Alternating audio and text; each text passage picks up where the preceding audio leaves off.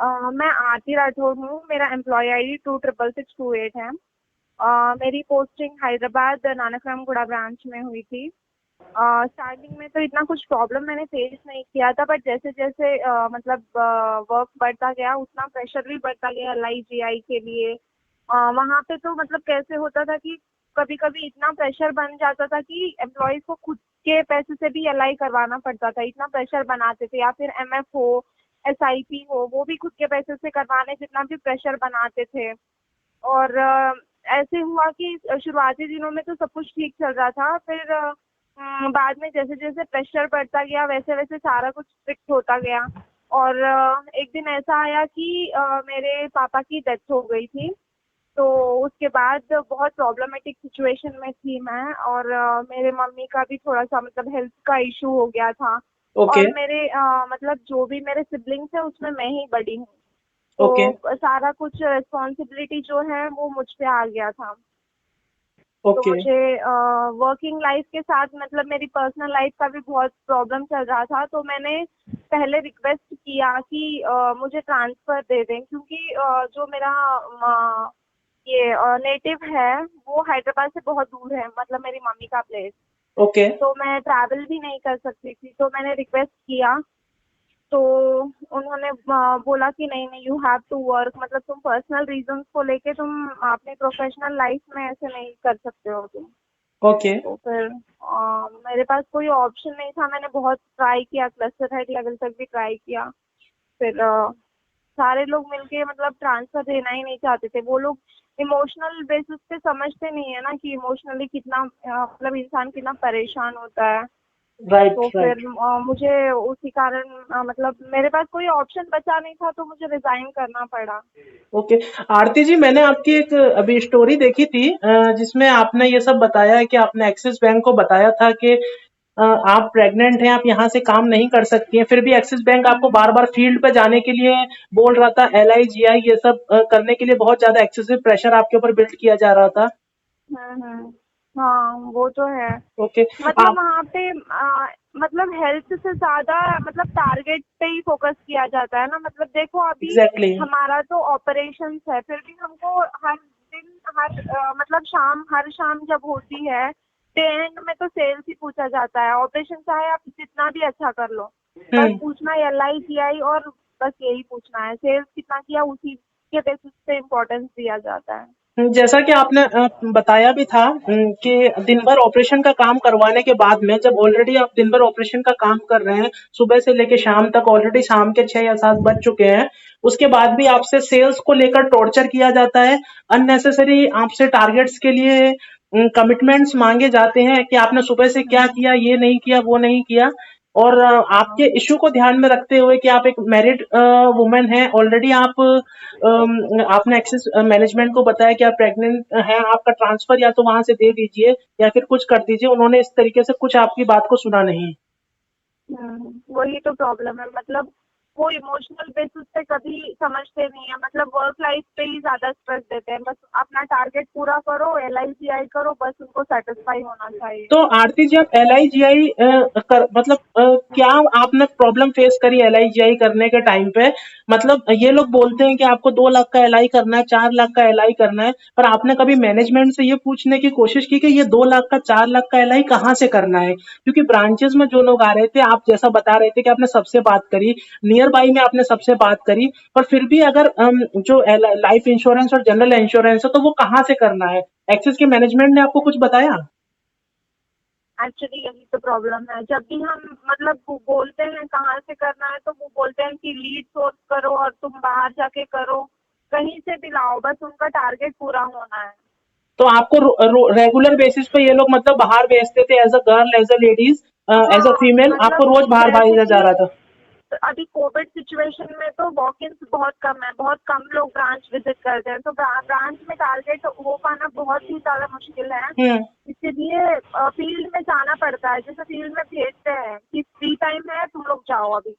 मतलब 3 CSO होता है, एक CSO को बिठा देते हैं ऑपरेशन पे, बाकी के CSO जाओ फील्ड में, जाओ करो, बात करो कस्टमर से। और ऐसा सिचुएशन होता है ना कि आसपास की कहीं मतलब जो सोसाइटीज होती है वहां पे भी आना बंद है। हम्म। कोई मतलब हाँ छोड़ता नहीं है। और मार्केट में भी मतलब सारा मार्केट ही डाउन है, सब कुछ क्लोज हो तो कहाँ से करेगा, जी मतलब आरती कोई जी, एल आई सी आई। ये इशू हमारी टीम के सामने बहुत ज्यादा आया है कि ब्रांचेस में कस्टमर आ नहीं रहे हैं। लोगों को जो एक्सिस बैंक के एम्प्लॉयज हैं उनको जबरदस्ती बाहर भेजा जा रहा है कि आप बाहर जाइए, कहीं से भी आप बात करिए, किसी से भी बात करिए और L I G I life insurance general insurance का कैसे भी कैसे करके सेल करके आइए। अब जैसा कि आप जानते हैं कोरोना के टाइम में गेटेड सोसाइटीज होती हैं, गेटेड सिक्योरिटीज होती हैं, उसमें अंदर जाना अलाउ नहीं होता है। तो एम्प्लॉयज को बेसिकली रोड पे घूमना पड़ रहा है। जो वहां पे रोड पे जो लोग हैं आते जाते, उन सबसे एक्सिस बैंक के एम्प्लॉयज को एक्सिस बैंक फोर्स कर रहा है कि बात करें और उनसे ही लाइफ इंश्योरेंस जनरल इंश्योरेंस की सेल करें। और ये प्रॉब्लम सबके साथ आ रही है, ये इशू हमारे पास लगातार आ रहा है। आप ही नहीं, ऐसे कई लोग हैं जो हमें पहले ये सब बता चुके हैं कि they are continuously facing this issue. हाँ वो तो है, सभी लोगों को इशू होता ही है ना, क्योंकि इन लोगों का टारगेट भी इतना है, चाहे तुम एक वीक कर भी लो, ठीक है, स्ट्रगल करके कर भी लोगे ना, तभी भी कोई अप्रिसिएशन नहीं मिलेगी, नेक्स्ट वीक फिर से वही पूछेंगे।